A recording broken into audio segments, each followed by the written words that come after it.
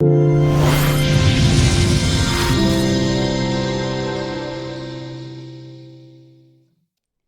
everyone, I'm Amy Rose White, integrative psychotherapist. Thanks for joining me and welcome to my channel. So this is part 2 of a 3-part series on anxiety and panic attacks explained.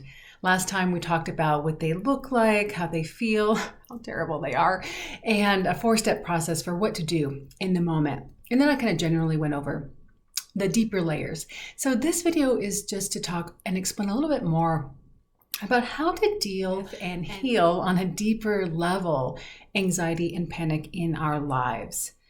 Now, most people, I have found this to be nearly universally true in the hundreds and hundreds of folks that I have worked with over my career. Most people that call themselves anxious or say that they deal with panic attacks or anxiety on a lifelong or fairly regular basis have experienced some level of trauma in their early history in their life. Now, a lot of people will say, I had a great childhood. I don't know what you're talking about. Stop blaming my mother. No one is here to blame your mother. I love your mother. I'm glad that you have one. And if you don't, or if your relationship was strained, if your mother perhaps died, or you never were raised by your biological mother, not just talking about moms here, we're really talking about caregivers and the quality of our earliest experiences with regard to feeling safe in the world. So what this means is that most of us that carry anxiety or panic have had some early experiences of not feeling like our needs were going to be met on a consistent basis, just not feeling like the world is a very safe place. So this can show up in a number of ways. For simplicity's sake, let's just create 2 segments here. One will just say really some overt, obvious signs of lack of safety. So perhaps a parent was totally absent and you had to fend for yourself, or they were largely emotionally absent but physically present and your needs, your basic needs were attended to. Other obvious forms of lack of safety would be constant screaming and belittling, physical abuse, sexual abuse, etc. In addition to that, we have growing up in a war-torn country, a country recovering from war, living in poverty, mild to extreme, and then, more obvious forms of neglect. So that's sort of one obvious lack of safety that will affect the central nervous system and lead to symptoms of anxiety in adulthood. And then we have the more emotional side. Now they can go together. But for those of you that don't have a history of those sort of overt physical traumas, having a very critical parent, having a ill parent, one or both that you had to care for, who perhaps just couldn't really be there for you because they had chronic migraines or depression or cancer. Whether they survived that or not, that will have impacted your nervous system's sense of safety as you were growing up.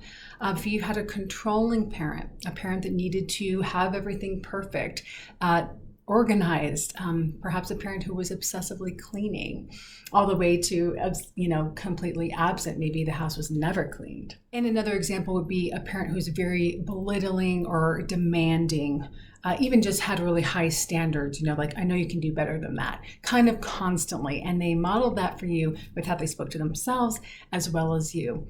So all of those examples, what they have in common is they influence our core beliefs around whether we are enough, whether we're going to belong, whether we will be loved, and ultimately the brain translates that all into, am I safe? So when we have a sense of lack of safety, the core belief that we develop is the world is a dangerous place. Life is not safe. Life can't be trusted, and perhaps I cannot even trust myself. And the core beliefs we have are sort of these running programs. It's like the software on your computer. You might download a bunch of apps, you don't even think about it again, but they keep popping up and you're closing things all the time. That's how our unconscious programming and our core beliefs work. They get installed at a very young age based on the relative safety or lack thereof we experience early on. And that's all about perception. We can have really great, well-intentioned parents that do their very best, and they still might transmit a level of lack of safety to us that now we have to sort out and heal on a deeper level in our adult lives. And I personally believe that's why we're here, is to learn, to grow, to heal, to transform, and to help others do the same. So when you have those core beliefs developing at a young age that basically suggest this world is not safe, you basically have two options. Again, to make it really simple today. One is to become very dependent, feel like I can't do this. I can't do life. I need others to take care of me. I need help. I don't know what decision to make. That person might marry very young. That person might go into a relationship that's really not good for them and stay there a very long time because they don't necessarily trust. Even if that's an unsafe relationship, they might not necessarily trust they can really do it, so to speak, on their own. Another way to go, other than dependence, that looks very opposite of that, is over control. We call these control structures in mental health. So that would be really needing to micromanage ourselves and our environment, and to kind of take dominance in relationships and make sure things are done our way so that we don't feel that lack of safety. Both are just different coping strategies to deal with that sort of underlying sense of lack of safety, and they're both highly correlated with states of anxiety and panic. So both, either one, if you identify with either one, if this is resonating with you, they're both about fear. Fear of what's going to happen to me. I'm not okay. I don't know. I'm scared basically of death, because the lizard brain, our limbic system that I'm always talking about, it really only cares about life or death. It doesn't care about anything in between. It doesn't care whether you're achieving enlightenment or you're happy or you're satisfied. It just wants to keep you alive. Now, when we're anxious, when we're not feeling safe, when we have those core beliefs and we are controlling, or we're just sort of like, I can't make a decision at all, either way, we tend to leave the self. We leave ourselves, we leave our body. I talked about this in the last video. We really depart from knowing and connecting to our own internal wisdom, our own inner compass, and our deeper intuition, which we are all born with. And I actually believe that people with a lot of anxiety tend to have more intuition. Stay tuned to the very end of this video when I tell you what I believe is the deeper spiritual meaning of anxiety and panic. But for those of us that have a lot of sensitivity, that intuition is actually very heightened. And because it is, we experience lack of safety early in life, we don't trust it. We aren't given the tools to trust that that deep sensitivity is actually right on the money. So the deeper healing is about returning to the body, returning to the sense of intuition, developing a sense of safety and power in the body. That's the first piece. And yes, you're going to hear me say, I suggest that you find a therapist, coach, mentor, someone that is very well versed in anxiety and panic and trauma, or any experience of lack of safety early in childhood, to help give you concrete strategies and ideas of how do we actually do that. And of course, I'll be making future videos on that. But that's something to know is very possible. It can change. We can come back to the body. We can return to knowing what is happening for us emotionally, what is happening to us physically, and listening to that deeper sense of, I'm okay, I can handle this. Now, the second piece is really correcting those limiting self-beliefs, because you might have just heard that and thought, I can't. When I'm having a panic attack, I think like I can't handle this. In fact, I know I can't possibly have another panic attack. I can't feel anxious anymore. I need to feel less anxious right now. Well, when you tell yourself that, you rev your nervous system's response to fear right up. And that just makes anxiety worse. So when we work on correcting limiting self-beliefs, it means that we start noticing that running dialogue and questioning whether those beliefs are actually true and helpful. And if they're not, they absolutely can be reworked. So the biggest piece of cognitive behavioral therapy that transforms the lives of people living with anxiety and panic is to start to recognize your thinking, question it, and challenge it.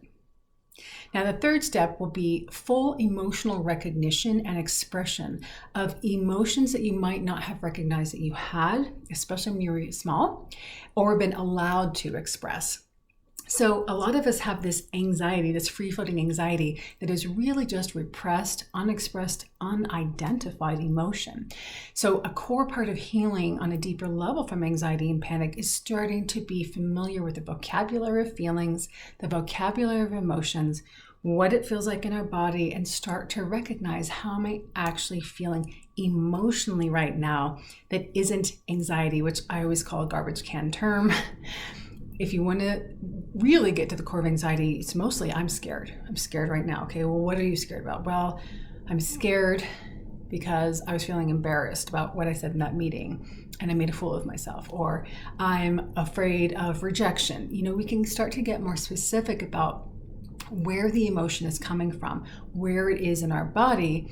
And I suggest looking up nonviolent communication, feelings and needs lists, because that helps us develop this kind of new muscle for understanding what we're feeling and what unmet need is generating that feeling.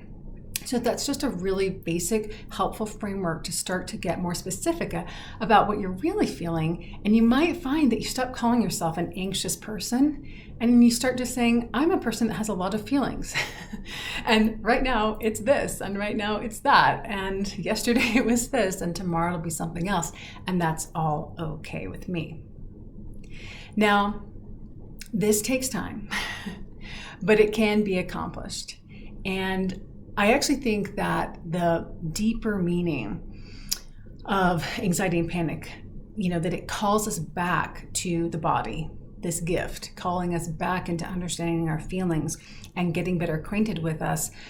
Actually, the deeper spiritual meaning of that is that it calls us into the greater power in ourselves. And I'll tell you something, I've known a lot of healers, a lot of teachers, a lot of mentors over my life. Most of them have dealt with some crippling or very significant form of anxiety in their lives. And I think that it's for a few different reasons. One, it's sort of what I alluded to earlier, that very heightened intuition, empathy, even psychic or intuitive abilities that we have as young children, if they are not well attuned to, we don't have the language for dealing with it or to understand what's happening, but we still feel the intensity. If you're someone that can sense someone in a bad mood 20 feet away, or the energy of crowds is kind of hard for you, you might be a highly sensitive person, you might be an empath, you might be someone that is really actually a natural born healer yourself. The people that are most sensitive to energies actually have the most capacity to help other people, but only if they heal themselves first. So I would like you to see anxiety and panic in your life as potentially a major indicator that you're a gifted person, that you are unique in your sensitivities, and that that's not a liability, it's actually a strength, but only if we reframe it as such and take the power back.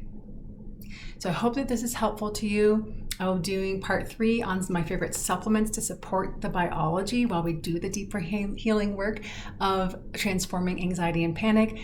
Thank you so much for subscribing. Thank you for liking and sharing this video. It helps the algorithm catch the channel. I really, really appreciate it. And until I see you again, may you be well, may you be happy, may you be at peace. Bye for now.